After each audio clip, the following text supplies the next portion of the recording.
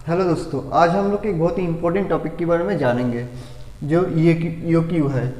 आप लोगों ने कोई बच्चा ऐसा होगा कि पहले पढ़ रखे हैं, ठीक है।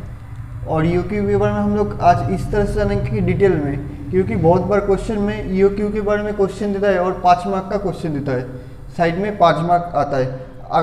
तब जाकर आप अगर सिर्फ ये लिखेंगे कि EOQ equal to root over 2a O divided by C, A equal to annual demand, O equal to ordering cost और C equal to carrying cost, तो इसमें मार्क्स नहीं मिलेगा, 5 मार्क्स में नहीं मिलेगा, ठीक है।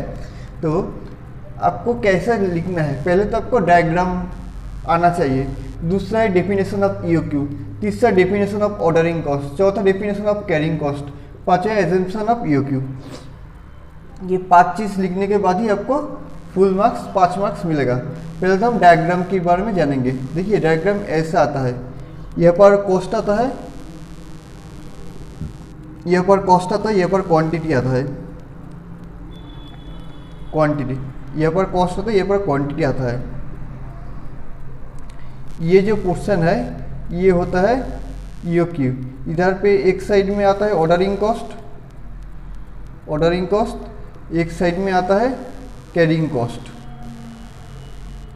इधर आता है ऑर्डरिंग कॉस्ट, ये है कैरिंग कॉस्ट का जो आपका जो रेखा है, ठीक है, ये ऑर्डरिंग कॉस्ट, और ये बीच में जो है ये है ईओक्यू। तो ये है डायग्राम, ठीक है। तो ये जो डायग्राम है, डायग्राम एग्जाम के हॉल में आपको बनाकर आना होगा। यह है पहला। अब दूसरा बात, डेफिनेशन ऑफ ईओक्यू। ईओक्यू का डेफिनेशन क्या है? EOQ is the size of order where ordering cost and carrying cost is minimum. EOQ ऐसा ऑर्डर का साइज है जो ऑर्डर देने पे जो ऑर्डरिंग कॉस्ट और कैरिंग कॉस्ट है वो मिनिमम होगा, ठीक है। यही है ईओक्यू का डेफिनेशन। अब आप लोगों की मन में एक क्वेश्चन आएगा कि ये चीज़ आया कहाँ से। ये जो ईओक्यू का जो फॉर्मूला है, ईओक्यू का फॉर्मूला क्या है? Root over 2AO divided by C, root over 2AO divided by C, ये है ईओक्यू का formula. A equal to annual demand, O equal to ordering cost, and C equal to carrying cost,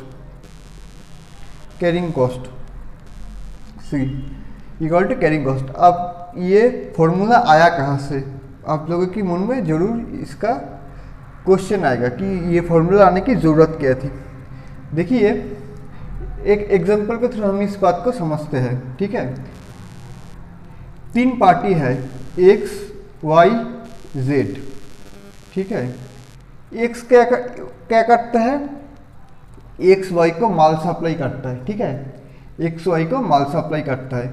और Y Z की यहाँ पे एक storage है, ठीक है, जो Z उस स्टोरेज का ओनर है लेकिन Y को रेंट में दिया है, ठीक है। जेड के पास क्या है? स्टोरेज है।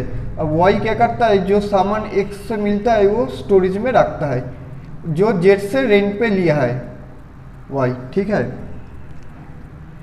अब देखिए उसका जो एनुअल डिमांड है 1200 यूनिट, एनुअल डिमांड है एक वाई का जो एनुअल डिमांड है वो है 1200 यूनिट, ठीक है। अब वाई क्या कर सकता है? वाई अगर एक से अगर 100 यूनिट करके लेता है तो उसको 12 बार क्या आता है? 12 बार ऑर्डर करना पड़ेगा, ठीक है। तो इसमें ट्रांसपोर्टेशन कॉस्ट, अलग अलग कॉस्ट आता है जिसमें कॉस्ट बढ़ जाता है, ठीक है। तो वाई क्या करता है? वाई 12 बार ऑर्डर करके स्टोर करते हैं, जो स्टोरेज जो जेड से रेंट पे लिया है, ठीक है। अब वाई ने देखा कि मैं 12 बार ऑर्डर नहीं करके 4 बार ऑर्डर करूंगा, लेकिन क्योंकि यहाँ पर ऑर्डरिंग कॉस्ट बढ़ गया है, ठीक है। मुझे 1200 यूनिट तो लगेगा, मैंने 300 करके टोटल 4 बार ऑर्डर करूँगा। लेकिन अगर जेड वाई अगर 4 बार ऑर्डर करेगा एक से, तो ऑर्डरिंग कॉस्ट जो है वो तो कम हो जाएगा, इसमें तो कोई इशू नहीं है। लेकिन जो स्टोरेज कॉस्ट है ना वो बढ़ जाएगा, क्योंकि यहाँ पर तो 100 यूनिट रखने की जगह थी, तो 100 क्या करना पड़ेगा, ज़्यादा स्टोरेज की जगह जो है, प्लेस जो है वो ज़्यादा लगेगा, इसलिए उनका जो स्टोरेज कॉस्ट है ये ज़्यादा देना पड़ेगा।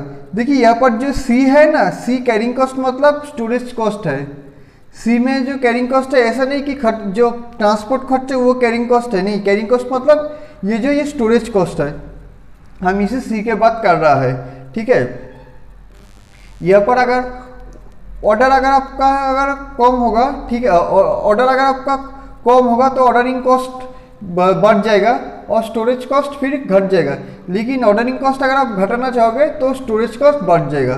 तो इसी में इस दोनों को चीज़ को बैलेंस करने के लिए ईओक्यू का जो कॉन्सेप्ट है ये आया है, ठीक है।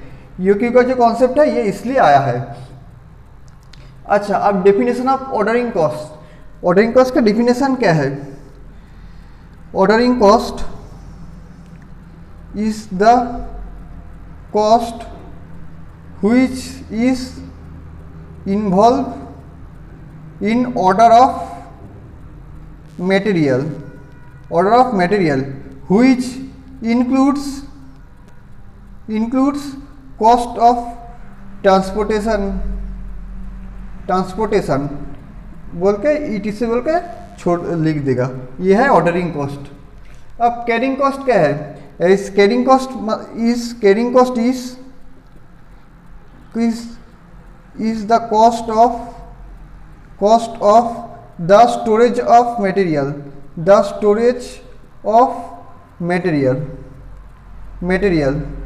ठीक है। कैरिंग कॉस्ट क्या है? Carrying cost is the cost of the storage of material, ये है ऑर्डरिंग कॉस्ट और ये है कैरिंग कॉस्ट का डिफिनेशन।